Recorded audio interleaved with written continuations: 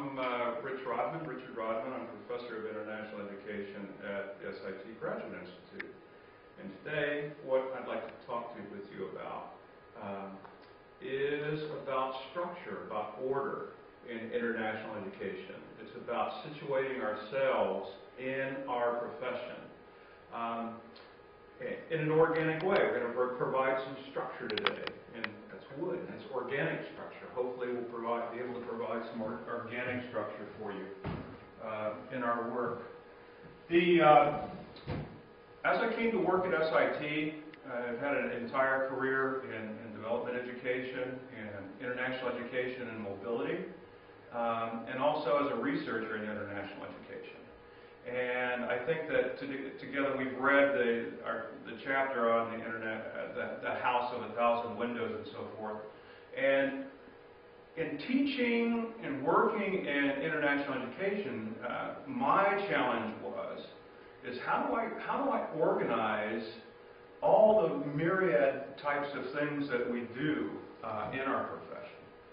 How do we organize? How do we share with one another meaningfully our work? How do we recognize another international educator when we see her or when we see him? And as you'll know from the chapter, I likened it to our House of 1,000 Windows here. It's like as international educators in your international education office, perhaps working with international students, processing SEVIS forms, or working with faculty in study abroad in some locations around the world or in a university, you find yourself wandering in the hallways of our House of 1,000 Windows here. But what we really need to realize is that we are just in one tiny portion of that house at any one time. So the challenge is that how do we better understand those other international educators that are dwelling in various parts of our house? In the chapter I write about, it's really curious that in our work in international education, that I actually found three organizations that use the acronym CIES. CIES. Many of you may know at least one of these, as a matter of fact, but you'd think we would have enough letters in the alphabet that as international educators, we didn't need three different organizations in international education with the same acronym. But some of you may know that the research-oriented organization is called the Comparative International Education Society. You've done some of your readings out of that. As a matter of fact, online you'll find the Comparative Education Review.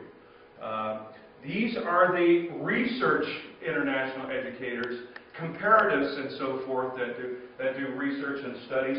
I myself have done some of that. Some of you may have. They dwell in this house. They have their own societies. They produce their own journals. They're the ones that churn out macro, meso, micro studies about international education, Russian educational policy, and so forth. Secondly, is the organization CIES that you probably more readily know. This is the Council for the International Exchange of Scholars, the Fulbright program. So here is another group of international educators wandering the halls in one section of their building, looking out on the world through their own special windows that have to do with international education mobility. The Fulbright program is part of the Council for the International Exchange of Scholars. And yes, even a third CIES exists out there for international educators.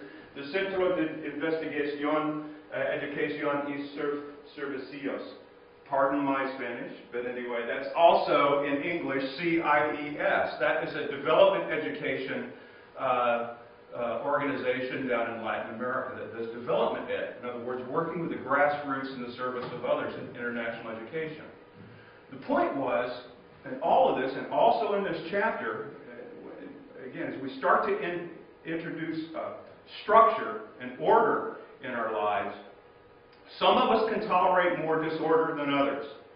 But it's always helpful, it seems to me, to know where we are in this house. First of all, to recognize we have a large house of international educators out there wandering, looking through their own windows on different sides of the building and so forth on the world differently. The same world, but through different lenses and through different framework and so forth. So, the challenge was, okay, how do we situate ourselves in international education, both to honor the work of others, to recognize the work of others when we see it, and also in our own work to recognize sort of these fuzzy implicit thoughts that we have in our minds about what we think we'd like to do in international education, what we'd like to research in international education, to be able to ferret those out more explicitly, more crisply, and again to provide some structure so that we can actually get our hands on subject matter, whether it's primary schooling, secondary schooling, non-formal schooling, or education abroad. So, what we came up with in looking at structure in international education is the International Education Matrix. Okay. So again, looking at the kind of structure that we might be able to use, what we invented was something known as the International Education Matrix that would help us think more systematically about the sea of variables that are out there, about the individuals that are working in the field and so forth, but more importantly, all the different kinds of ways we can cut the pie with regard to international education. And so what we did is we organized something called the International Education Matrix that tells us a little bit about systematically how to move through a list of variables, resources, needs, and so forth, that we might be able to ascertain where we are in our research to be able to establish what we're calling, again, you've had some work around this, conceptual frameworks. Conceptual frameworks are simply those, it's the construct that you've built in your mind.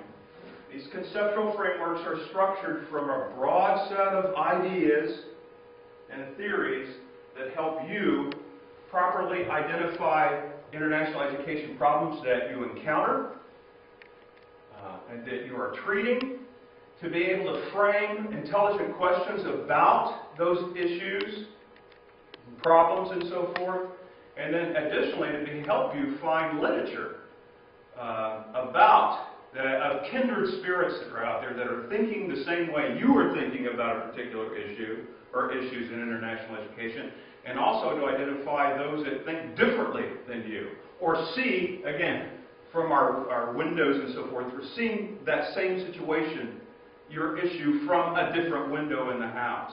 I hope that's not too abstract, but you'll see what I mean in a minute. Again, just going through life asserting, you probably know these people. Arnold Toynbee, the historian, famous historian, liked to talk about dogmas, historians, in talking about history, their work in history. Historians like to say, well, history is just one damn thing after another. Yes, international education can just be one thing after another as well. And again, you probably know professionals who go through their lives sort of untrained and just encountering problems and trying to push their way through them. But what the International Education Matrix does, the IE Matrix does for us, is help provide some structure, provide enough order to allow you to use it as a tool to work through systematically, through research problems, and recognize others. Let me see if this works. All right, so moving through moving around the matrices, it's important to understand the structure of how to look at the matrix. So the first thing I would suggest you look at as you're reading the chapter and so forth is to think about, okay, what sort of field focus am I going to be looking at in this researcher endeavor, or what this problem is in terms of the particular field focus. Restrict your mind to that. Again, from the chart, you'll see that this particular matrix here, this axis, has to do with just identifying, okay, are we working in the world of formal education? Are we working in the world of preschool here in terms of formal education? Primary schooling? Secondary schooling? Higher education? Tertiary education? Or non-formal education? We'll go through an exercise in a minute that will get you a sense of that. But every sort of international education situation you encounter, you'll be able to frame up in one of these types of field focuses that'll help you, okay, isolate either one or a combination of these things and move through. Secondly, here we come to the sea of variable piece that